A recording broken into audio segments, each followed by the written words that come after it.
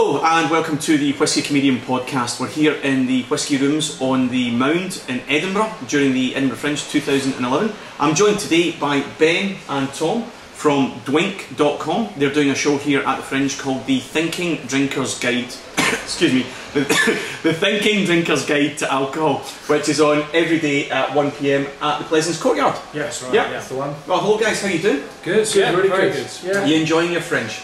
Massively so, yeah. It's brilliant to be up here for a whole month in Edinburgh. It's a great city and it's really going off out there with the festival, so it's all good. Yeah, good. So you're not professional performers, right? This is the first time you've really done any kind of comedy performance. This is a big departure for us, as it's been a steep learning curve, because originally we're drinks writers. We've written about drinking pubs and bars and drinking culture for the best part of a decade. So we've just taken it on to another level, another medium.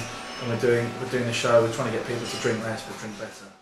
We've got 3 different whiskies for you, each to taste. And what we'd like you to do is describe the whiskies as we're going along. And when we've got to the end of it, I would like to tell me which one is your favourite. Okay. And which one of these is the blended whiskey. Oh right. Okay. Oh, God. Right. So we're going to start off with drinks experts. Yeah, drinks experts. Right. So we're going to start off with the first one here. And what I'd like you to do is I'd like you to tell me if this whiskey was one of the bars in Edinburgh that you've been frequenting, which one of these bars would it be and why? Oh, that's a good question. I reckon. It's quite sweet, isn't it? So I would say it smells like it's going to be quite light. So I would say something with lots of girls in it. Where have we been that's been really good for young ladies? Espionage, the nightclub. Right, the free Fringe venue at night when it basically becomes a big cattle market. I've not been there. Right, you've not been there, no, so you can't I've seen comment. lots of sweet young girls hanging outside. Yeah, how old are you, Ben? 35. You're 35. Yeah. Okay, so you've seen people just young seen them. I didn't approach just walking past. Right. Walking past. Okay, so I've got a tag on my ankle, which means I'm not anywhere near them. So did we like it though? You said sweet. Yeah, what do you think of it as a whiskey? Yeah, it's light. Yeah, that is. Slightly salty. Yeah, there's something else in there. I like that. Balances it. It smells of rainbows. Okay, good question. Right, a good answer. Right. Okay, so we're going to move on to number 2. All right. Okay. Yes. Have a glass of water. Cleanse the palate.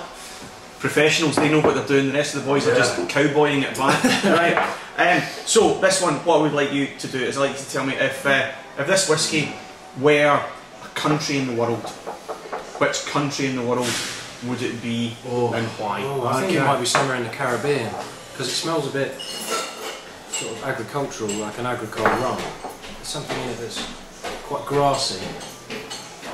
But Barbuda. Place called Barbuda. People think it's a mixture of Barbados and Bermuda. Ah! There is an actual island called Barbuda. Right. And I recently thought that my mate was taking a mickey, and he said that I went to Barbuda. I was like, that's not an island, but apparently it is. Right. Okay. So Yeah. I'm gonna say Barbuda. Barbuda. Right.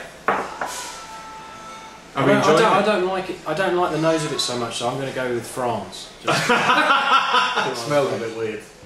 But to taste, do you like it to taste? No, it's really sort of vegetal, and Yeah, I think after the sweetness of the first one, it's a real, almost bitter contrast to it. Yeah, that is quite peppery though. It's probably. I think if I'd started with it, I might have felt different. Well, I think that's the blend. Okay, well, you've still got one more to go, right? So don't make your mind up yet. Okay. So we're moving on to number 3. Part of it, wasn't it? Moving on to number 3. Right, here we are. Okay, number 3. So talk us through number 3. If number 3 was a music group, a pop band, Okay. whatever you want it to be, a rock band, a metal band, See, whatever, which one would it be and I'm why? getting a bit of sherry on this. Okay. So I think it's going to be Glen Medeiros. Glen, Scotch whiskey, Medeiros. Yeah, you could have just gone sherry. Sherry. But no, I think, yeah, Glen Medeiros. Okay. I'll stick with my sherry. Sherry. Okay, so it's a tribute act to Cher. Yeah. Do you like it? got a long aftertaste. Stays longer than a mother-in-law. Oh. Yeah, it has got quite a bit of length. Which is why I kept telling those girls. I like that one. That's my favourite. That's your favourite. So the third one is your favourite. Yeah. Okay. And for yourself, Tom? Wow, it's quite difficult. I don't like to come unstuck, but It's got a bit of chocolate in there as well. I'm going to go with the first one, which isn't actually the sort of whiskey that I would go for, because normally I'd go for something quite peaty and ballsy, but I actually quite enjoyed the sweetness of the first one. So I'm going to go, and there's a bit of smoke in that as well. So I'm going to go with number 1 as my favourite. Okay, so number 1's your favourite for Tom. Number 3 is a favourite. Yeah, I might for... like number 1 as well. You're going back to number 1, are you? You're going back to number 1? That's it. And which out of the 3 of them is the blended whiskey? Well, I've nailed my colours to the mast on that. I think it's the middle one. You think it's number 2?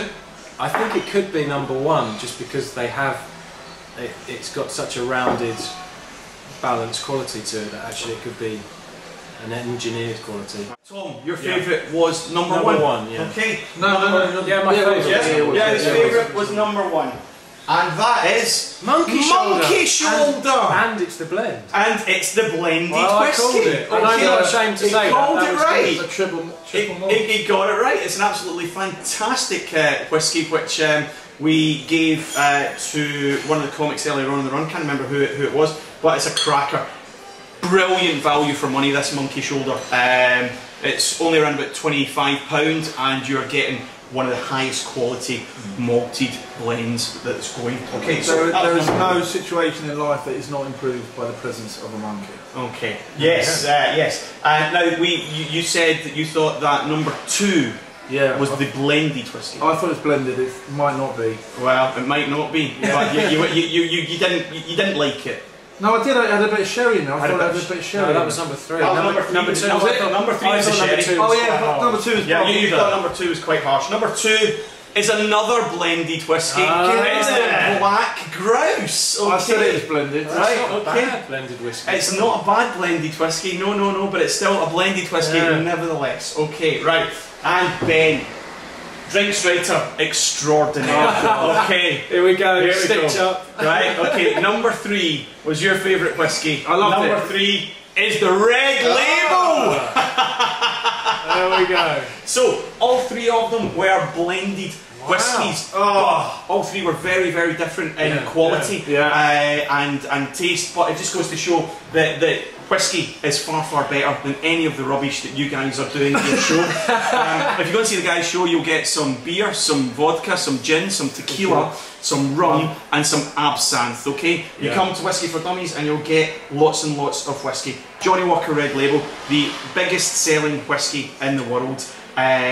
Lots of Scots look down upon it, but the rest of the world loves it, and there's a reason for it. Jim Beveridge, he knows what he's doing. But 3 blended whiskies. Hope you've enjoyed them. Yeah, right. Yeah. I mean, it's nice because, like you say, we've got like a Maestro de Bell tequila, which is like a really high-end tequila, and we've got Kraken rum, which is quite an interesting rum, and Tanqueray 10 gin. So we've got very different spirits, and we love whiskey. So to come in here, and that's really surprising that they are all blends. I'm quite impressed. It goes to show if you do a blind tasting, a lot of people who think they know what they're talking about, and when it comes down to it, they don't know quite. Oh, I've got a cold. Anyway, this has been the Whisky Comedian podcast here at the Whisky Rooms on the Mound in Edinburgh. Big thanks to Ben and Tom from dwink.com. That's on your screen right now. We'll be back again soon with another of the comics from this year's Edinburgh Fringe. Thanks very much. Until next time. Bye bye. Bye.